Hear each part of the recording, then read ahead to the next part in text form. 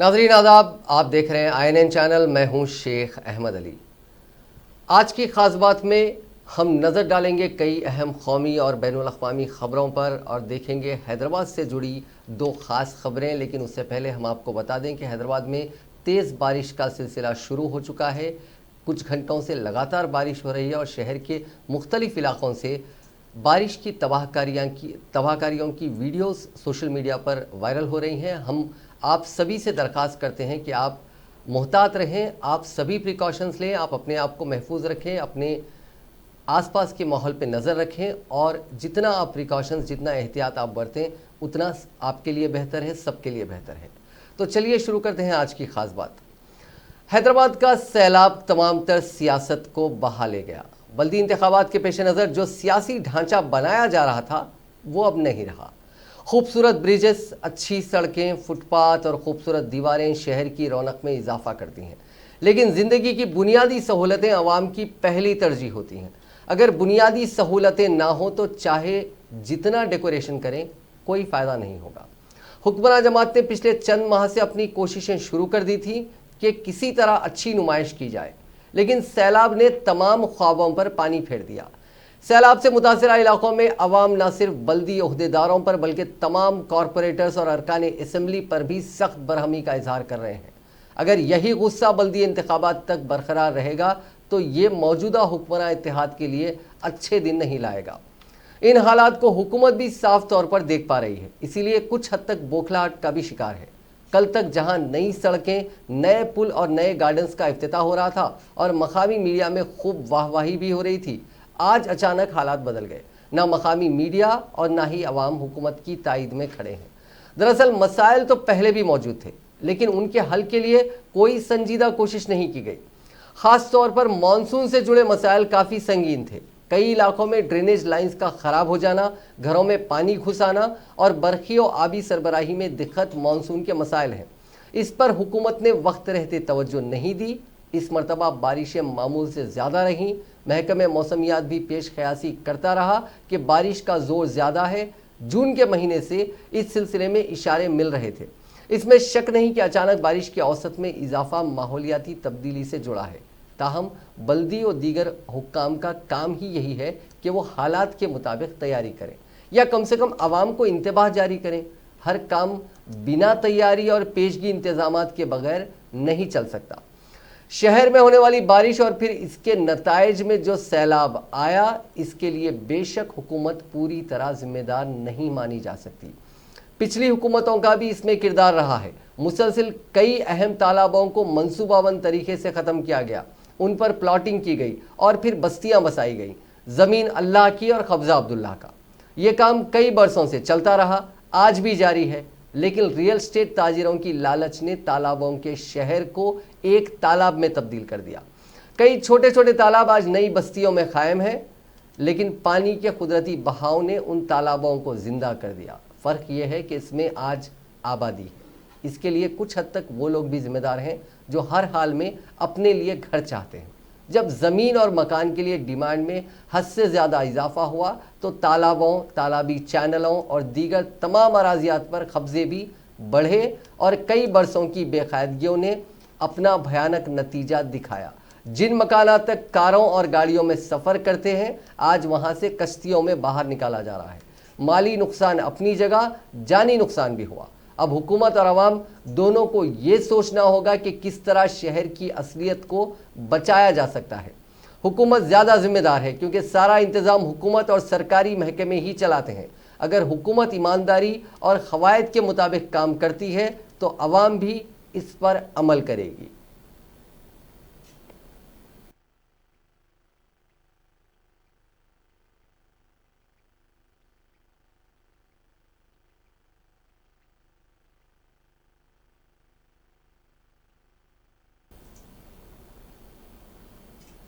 Telangana RTC एक ऐसा इदारा है जो एक तवील अरसे से आवाम को बेहतरीन हमलो नकल की सहूलत फराहम करता आया है।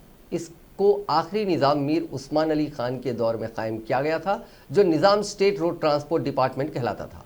आज़ादी और इंज़माम हैदराबाद के बाद इसको रियासती हुकूमत ने कॉरपोरेशन की हैसियत दी। इसमें काफ़ी बेहतरी लाई गई और आवाम को एक मकाम से दूसरे मकाम के सफ़र में ज़बरदस्त सहूलतें दी गई। हज़ारों लोगों को रोज़गार मिला। तेलंगाना में हर 5वां शख्स आरटीसी से जुड़ा है, यानी उसमें सफ़र करता है। आरटीसी के बगैर रियासत का तसव्वुर नहीं किया जा सकता। ये कॉरपोरेशन आज तक सरकारी है और हुकूमत के बनाए क़वायद पर काम करता है। अब तक इदारे को कई कौमी अवार्ड मिल चुके हैं। अवामी फलाह के इस बेहतरीन इदारे की हालत आजकल काफ़ी नाजुक है। कुछ आला ओहदेदारों की लापरवाही, करप्शन और हुकूमत की बेरुखी ने इस इदारे को काफ़ी नुकसान पहुँचाया है। इसके अलावा कॉरपोरेशन से जुड़े तमाम मुलाजिमीन में एक बेचैनी और गैर यकीनी कैफियत पैदा कर दी है। ताज़ा सूरत हाल ये है कि आज आरटीसी बसों में मुसाफिरीन की तादाद बड़ी हद तक कम हो गई है।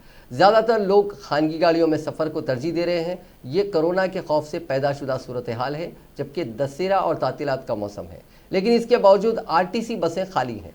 हैदराबाद के एमजीबीएस और जुबली बस स्टेशनों में बसों की कतारें हैं, लेकिन मुसाफिरीन नहीं हैं। ये एक अफसोसनाक पहलू है। दरअसल पिछले 1 साल के दौरान आरटीसी को एक के बाद एक कई नुकसान हुए। कुछ के लिए हुकूमत की पॉलिसियां जिम्मेदार हैं और कुछ यूनियन लीडरों की कारस्तानी और मुलाजिमीन की जिद।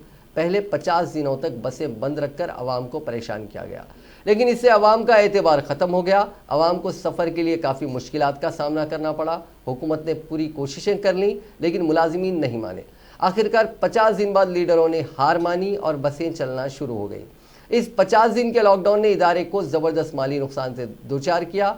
याद रहे कि आंध्र प्रदेश की बनिस्बत तेलंगाना के क़याम के बाद आरटीसी मुलाजमीन को तनख्वाहों में खासा इजाफा किया गया था, लेकिन मुलाजमीन मज़ीद सहूलतों का मुतालबा करते हुए एक बेहतरीन इदारे को कमज़ोर कर दिया। जैसे ही बसें चलना शुरू हुई, कोरोना के चलते मुल्क भर में लॉकडाउन शुरू हो गया। इस फैसले ने तो आरटीसी की रही सही ताकत भी छीन ली और तनख्वाहें देना भी मुश्किल हो गया। आज ये इदारा एक कमज़ोर इदारा बन गया है, बल्कि एक हुकूमत के लिए अब एक लायबिलिटी बनता जा रहा है।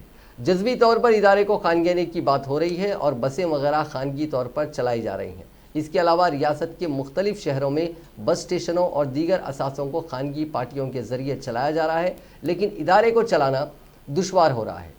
तेलंगाना भर में आरटीसी के 97 बस डिपोज़ हैं और उनमें 10,000 से ज़्यादा बसें हैं, लेकिन लॉकडाउन के बाद से सिर्फ 2-4 हज़ार बसें ही चलाई जा रही हैं।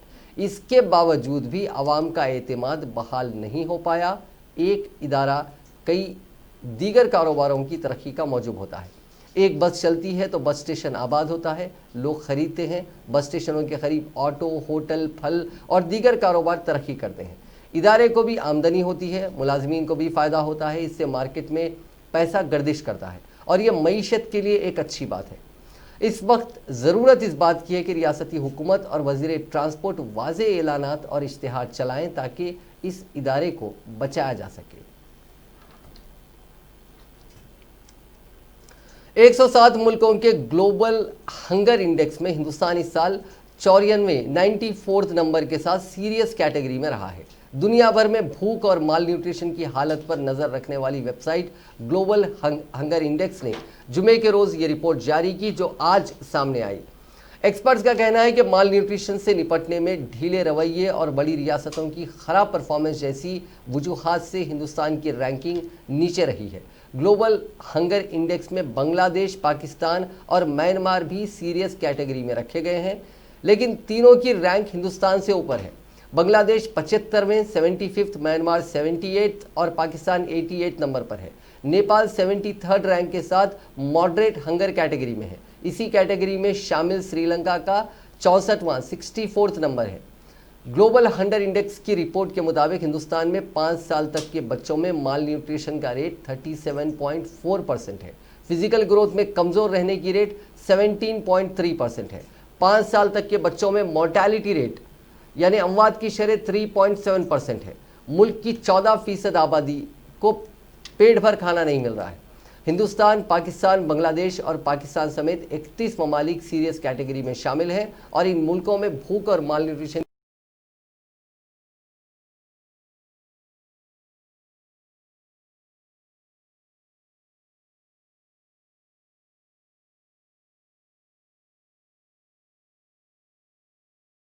के माल न्यूट्रिशन के शिकार ज़्यादातर वो बच्चे हैं जिनके ख़ानदान कमज़ोर खुराक माँ के कम पढ़े लिखे होना और गरीबी जैसे मसाइल से जूझ रहे हैं। इन सालों के दौरान हिंदुस्तान में 5 साल से कम उम्र के बच्चों की ट्रॉमा, इन्फेक्शन, निमोनिया और डायरिया से मौत की जो शरह है, जो रेट है, मोर्टेलिटी रेट, उसमें कमी आई है। हालांकि प्री मेच्योरिटी और कम वजन की वजह से गरीब रियासतों और दही इलाकों में मोर्टेलिटी में इजाफा हुआ है। कांग्रेस के साबिक सदर राहुल गांधी ने नरेंद्र मोदी हुकूमत पर हमला जारी रखते हुए हफ्ते को आलमी भूख इंडेक्स यानी वर्ल्ड हंगर इंडेक्स 2020 के सिलसिले में निशाना लगाते हुए कहा कि हिंदुस्तान का गरीब भूखा है क्योंकि हुकूमत सिर्फ अपने कुछ खास दोस्तों की जेबें भरने में लगी है। जुमे को जारी आलमी भूख इंडेक्स के 117 मुल्कों में हिंदुस्तान का 94th रैंक है, जबकि इंडोनेशिया, पाकिस्तान, नेपाल और बांग्लादेश इसके मुकाबले में कहीं बेहतर पायदान पर है। राहुल गांधी ने इस सिलसिले में शाये ग्राफ को अपने ट्विटर पर शेयर किया और मरकजी हुकूमत पर हमला करते हुए लिखा कि हिंदुस्तान का गरीब भूखा है क्योंकि हुकूमत सिर्फ अपने कुछ खास दोस्तों की जेबें भरने में लगी है।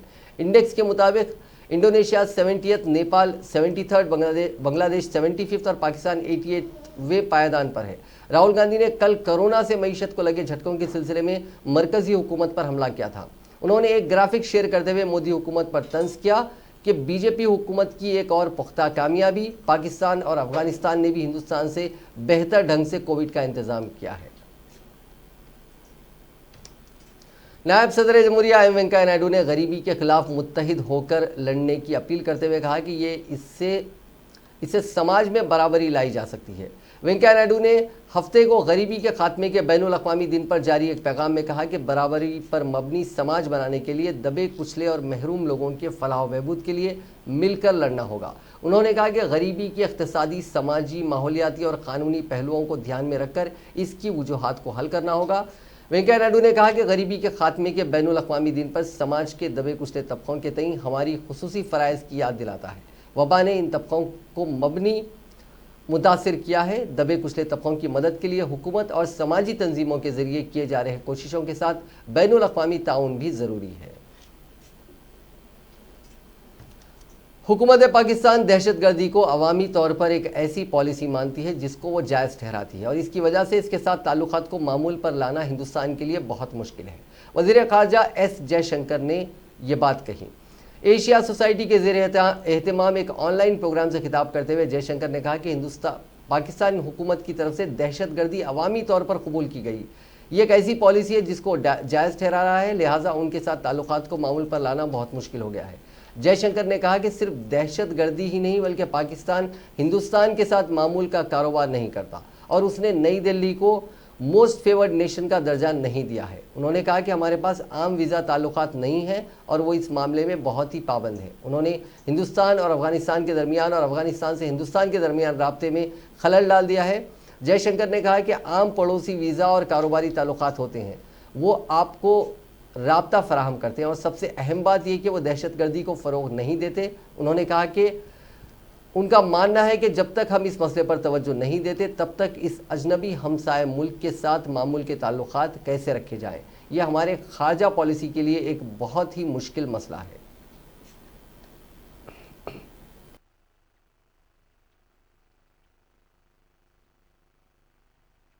Rate increase, increase of 90,000 plus minus. We are now at about 70, but again, I keep my fingers crossed because this keeps changing. There are so many moving parts, so many variables that I hesitate to predict anything with a great deal of certainty. But what has happened when it came initially, we did all the right things. Look, we stopped international travel much before most countries did. We had our lockdown much before many countries did. But the fact was, when the pandemic hit India, there was not a single producer of PPEs. There were 2 producers of masks. I mean, even those imported the valves for the masks. There were no producers of ventilators. So if you look at typically the kind of equipment which you would regard as critical to a COVID response, it just wasn't there. Now, what we have done in this period. I mean, even I'm surprised looking back at it, that today we have more than 100 major producers of PPE, that there are 25 plus companies producing ventilators. I think there are 10 big domestic manufacturers of N95. We were scrounging around the world in the first few weeks and months for equipment, and today we are exporting a lot of this to the world. And we've set up almost 15,000 COVID centers, I mean, by converting hospitals and other public buildings as dedicated facilities for COVID treatment. So, you know, in the initial weeks and months, you had very apocalyptic scenarios. What would happen in India? Would we go under as a result of this? And people were worried. I mean, people were worried in India. There were people worried outside. I don't think all the worries were necessarily the articulation of professional pessimists. I think there were people who genuinely wondered, you know, how we would gear up to this challenge. But my sense is, looking at this, and I'm very conscious of, you know, the very large number of people, you know, who died because of COVID, the people who daily rate increased case. मशरक़ी Ladakh में line of actual control पिछले 6 महीने से हिंदुस्तान और चीन के दरमियान जारी तातुल को ख़त्म करने के लिए हो रही बातचीत में पड़ोसी मुल्क की हर तदबीर नाकाम हो रही है। चीन ने हाल ही में हुई एक बातचीत के दौरान ये शर्त रखी थी कि हिंदुस्तानी फ़ौज पैंगोंग झील के जुनूबी इलाके से फ़ौज हटाए, जिस पर हिंदुस्तान की तरफ से वाज़ेह जवाब दिया गया है कि फ़ौजें दोनों तरफ से हटाई जानी चाहिए, कोई भी कार्रवाई एक तरफा नहीं होगी। अंग्रेजी अखबार द न्यू इंडियन एक्सप्रेस की एक रिपोर्ट में कहा गया है कि हिंदुस्तान ने चीनी कार्रवाई का जवाब देने के लिए 7 जगहों पर LAC पार कर लिया है। रिपोर्ट में ज़राए के हवाले से दावा किया गया है कि हमने 7 जगहों पर LAC पार किया है। क्या अब भी आपको लग रहा है कि चीन बातचीत करना चाहता है? हाल ही में हुई एक बातचीत में चीन ने कहा था कि हिंदुस्तान पहले जुनूबी इलाके से फ़ौज हटाए, जिस पर हमारी फ़ौज से वाज़ेह मांग की गई कि झील के दोनों किनारों से दोनों मुल्कों के फौजी हटेंगे। दरअसल अगस्त में हिंदुस्तानी फ़ौज चशोल के सब सेक्टर में अपनी गश्त वाली जगहों से आगे चले गए थे। अब इस इलाके में हिंदुस्तान का दबाव है। यहाँ से न सिर्फ हिंदुस्तान की नज़र स्पैंगर गैप बल्कि मॉल्दू में चीन की टुकड़ी पर भी मूवमेंट वहां से देखी जा सकती है। बता दें कि अब तक हिंदुस्तान और चीन के दरमियान 7 दौर की बातचीत हो चुकी है। सिफारती सतह पर भी हिंदुस्तान चीन के रुख को लेकर चौकन्ना है। मॉस्को में हिंदुस्तान और चीन के वज़राए ख़ारजा के दरमियान हुई मीटिंग के बाद भी LAC पर चीन अपने रुख से पीछे नहीं हटता है। अब बात कोरोना वायरस की। दुनिया में कोरोना वायरस से मुतासरीन का आंकड़ा आज 3,96,73,917 हो गया। ठीक होने वाले मरीजों की तादाद 2,97,01,631 हो चुकी है। मरने वालों का आंकड़ा 11,10,418 हो चुका है। अब भी 88,61,868 अफराद ज़ेरे इलाज हैं। कोरोना वबा से जूझ रही दुनिया के लिए एक अच्छी खबर है। अमेरिकी कंपनी फाइजर ने कहा है कि वो अगले महीने वैक्सीन के लिए मंजूरी मांगेगी।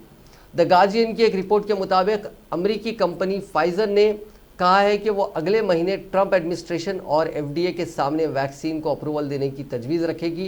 कंपनी के मुताबिक इस बात की पूरी उम्मीद है कि इस साल के आखिर तक वैक्सीन सभी के लिए मुहैया हो जाएगी। वहीं ब्लूमबर्ग की एक रिपोर्ट में कहा गया है कि कंपनी शुरुआत में सिर्फ इमरजेंसी यूज़ के लिए वैक्सीन का अप्रूवल मांगने जा रही है। इस बात की तवक्को कम है कि अमेरिका में इलेक्शन डे यानी 3 नवंबर से पहले कोई वैक्सीन मौजूद होगा। FDA की गाइडलाइंस के मुताबिक फाइनल ट्रायल में शामिल हेल्थ वर्कर्स को वैक्सीन देने के बाद 2 महीनों तक निगरानी में रखा जाता है। इस दौरान ये पता लगाने की कोशिश की जाती है कि कहीं वैक्सीन का कोई साइड इफेक्ट तो नहीं है। हिंदुस्तान में रूसी वैक्सीन स्पुतनिक वी के दूसरे और तीसरे मरहले की क्लिनिकल ट्रायल को मंजूरी मिल गई है। Drug controller general of India यानी DCGI ने ट्रायल की इजाज़त दे दी है। ट्रायल से मुल्क में बड़े पैमाने पर वैक्सीन के असर का पता लगाया जा सकेगा।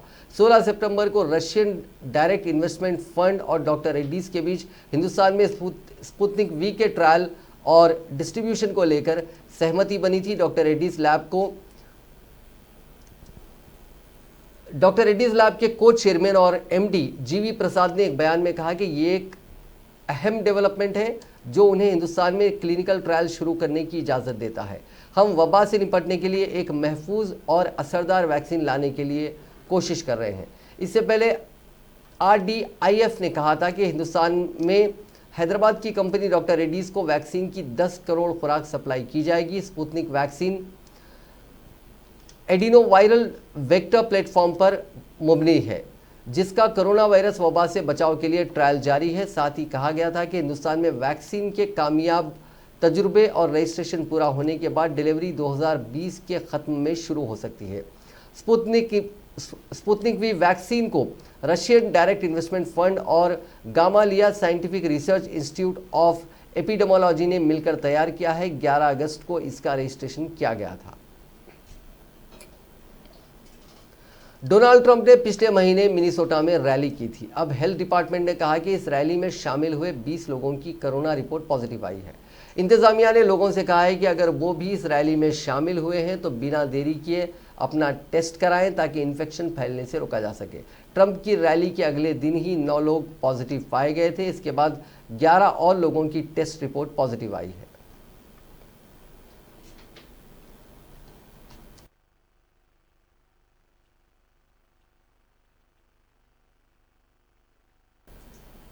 हिंदुस्तान में जानलेवा आलमी वबा कोरोना वायरस से शिफायाब होने वालों की तादाद में इजाफे से एक्टिव केसेस में गुज़िश्ता 15 दिनों से गिरावट का सिलसिला जारी है और ये तादाद 8 लाख से नीचे आ गई है। तकरीबन एक माह कबल 10 लाख से ज़्यादा एक्टिव केसेस थे, तब से इसमें गिरावट का सिलसिला जारी है और अब मजमूई केसेस के मुकाबले एक्टिव केसेस 70% रह गए हैं। इसी के साथ जानलेवा और मुहलिक तरीन कोरोना को शिकस्त देने वालों की शरह 88% यानी 88% तक पहुंच गई है। मरकजी वजारत सेहत और ख़ानदानी बहबूद की तरफ से हफ्ते के रोज़ जारी ताज़ा तरीन आदाद-ओ-शुमार के मुताबिक गुज़िश्ता 24 घंटों के दौरान 70,806 कोरोना मुतासरीन शिफायाब हुए हैं, जिससे मुल्क में शिफायाब होने वालों की मजमूई तादाद 65.24% माफ़ कीजिएगा 65,24,000 से ज़्यादा हो चुकी है। नए केसेस में कमी की वजह से एक्टिव केसेस 9,441 से घटकर 7,95,000 हो चुके हैं। इसी अरसे के दौरान 62,212 नए केसेस रिपोर्ट हुए, जिससे मुल्क में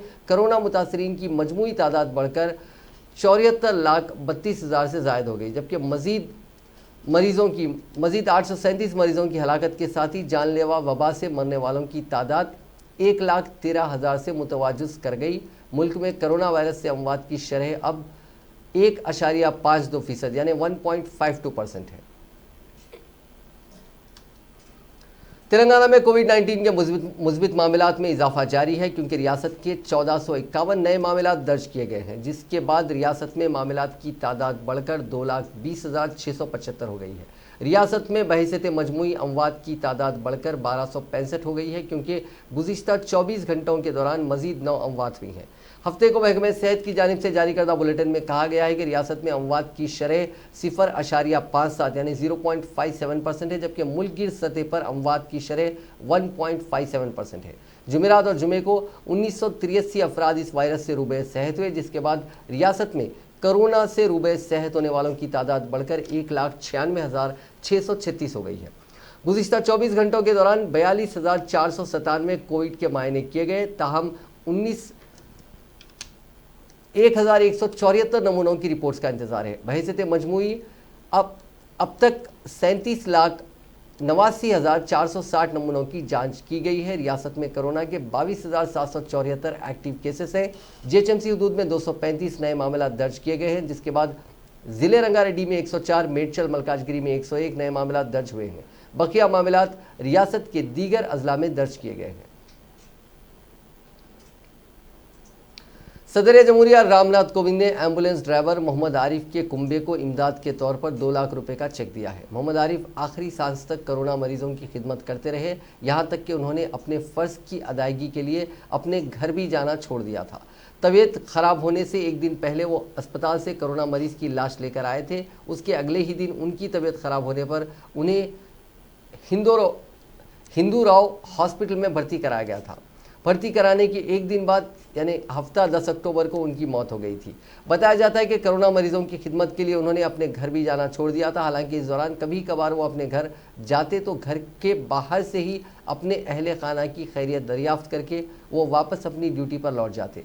पसमानदगान में उनके 2 बेटे हैं, जबकि 2 बेटियों की शादी हो चुकी है। उनकी अहलिया सुल्ताना बेगम अपने शोहर की वफात से सदमे में है। मुंबई की एक अदालत ने एक अहम पेशरफ्त के दौरान पुलिस को बॉलीवुड अदाकारा कंगना रनावत और उनकी बहन रंगोली चांदेल के खिलाफ फिरकावाराना मुनाफिरत और झूठ के फैलाव की शिकायत की तहकीकात करने का हुक्म दिया है। उनके वकील रविश एफ जमींदार ने बताया कि बांद्रा के 12वें कोर्ट के मजिस्ट्रेट जियोदेव गोले का ये हुक्म बॉलीवुड की कास्टिंग डायरेक्टर और फिटनेस मुनव्वर वली उर्फ साहिल ए सैयद की तरफ से दायर दरखास्त में किया गया है। अदालत ने बांद्रा पुलिस स्टेशन को सेक्शन के तहत मामले की तहकीकात करने की हिदायत दी। अमेरिका में सदर के ओहदे के उम्मीदवार जो बाइडेन ने टेलीविजन व्यूवरशिप रेटिंग में सदर डोनाल्ड ट्रंप को पीछे छोड़ दिया है। नेल्सन मीडिया रिसर्च के जुमे के डेटा के मुताबिक बाइडेन को जुमेरात की रात एबीसी पर 1,41,00,000 लोगों ने देखा और वो इस रेटिंग में ट्रंप से आगे निकल गए। एबीसी चैनल पर बाइडेन को देखे जाने वाले शायकीन की तादाद एनबीसी और उससे जुड़े 2 केबल चैनलों एमएसएनबीसी और सीएनबीसी पर ट्रंप को देखे जाने वाले लोगों से ज़्यादा रही। ट्रंप का प्रोग्राम एनबीसी और इससे जुड़े केबल चैनल एमएसएनबीसी और सीएनबीसी पर नशर किया गया था और इस प्रोग्राम को कुल मिलाकर 1,35,00,000 लोगों ने देखा। सीएनएन की एक रिपोर्ट के मुताबिक टीवी सनत में किसी ने भी इस नतीजे की उम्मीद नहीं की थी। प्रोग्राम नशर होने से पहले सभी ये उम्मीद कर रहे थे कि नेल्सन रेटिंग में ट्रंप आगे रहे हैं। बाइडेन का प्रोग्राम सिर्फ एबीसी चैनल पर नशर हुआ था, जबकि सदर का प्रोग्राम एनबीसी और इससे जुड़े 2 दीगर केबल चैनलों पर भी नशर हुआ था। इस बार के सदारती इंतखाबात की आखिरी बहस 22 अक्टूबर को अमेरिका के टेनेसी रियासत के नैशविल में तय की गई है।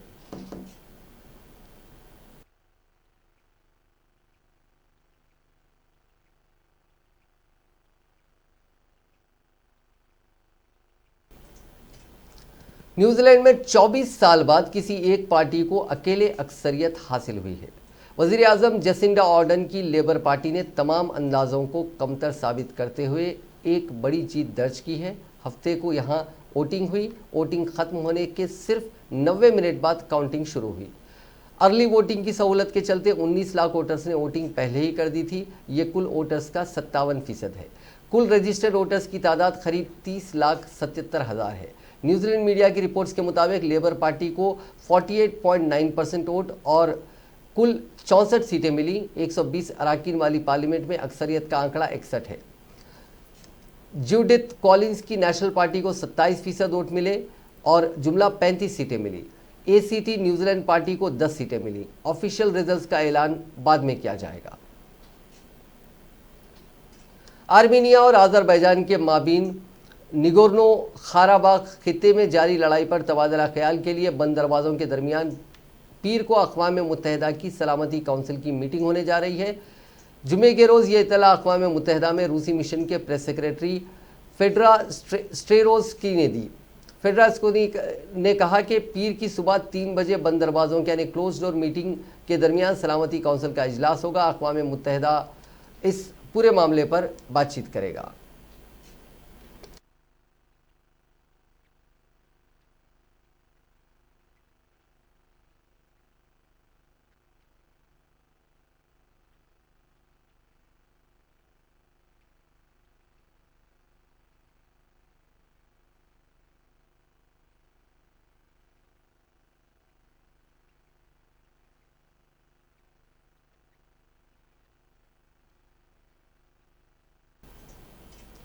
नाज़रीन, हम आपको बता दें कि हैदराबाद में बारिश का सिलसिला लगातार जारी है। इस सिलसिले में रियासती वज़ीर के.टी. रामाराव ने एक ट्वीट किया और लोगों से अपील की है कि उन्हें अगर कोई बहुत ज़रूरी काम ना हो तो वो अपने घर पे रहें और सभी जो हिफाजती इक़दामात हैं वो लें। उन्होंने कहा कि शहर के मुख्तलिफ़ इलाक़ों से बारिश होने की रिपोर्ट आ रही है, लिहाजा आवाम से अपील की गई है कि वो सभी प्रिकॉशंस लें और अपने आप को इस बारिश से, इस सैलाब से महफूज रखें।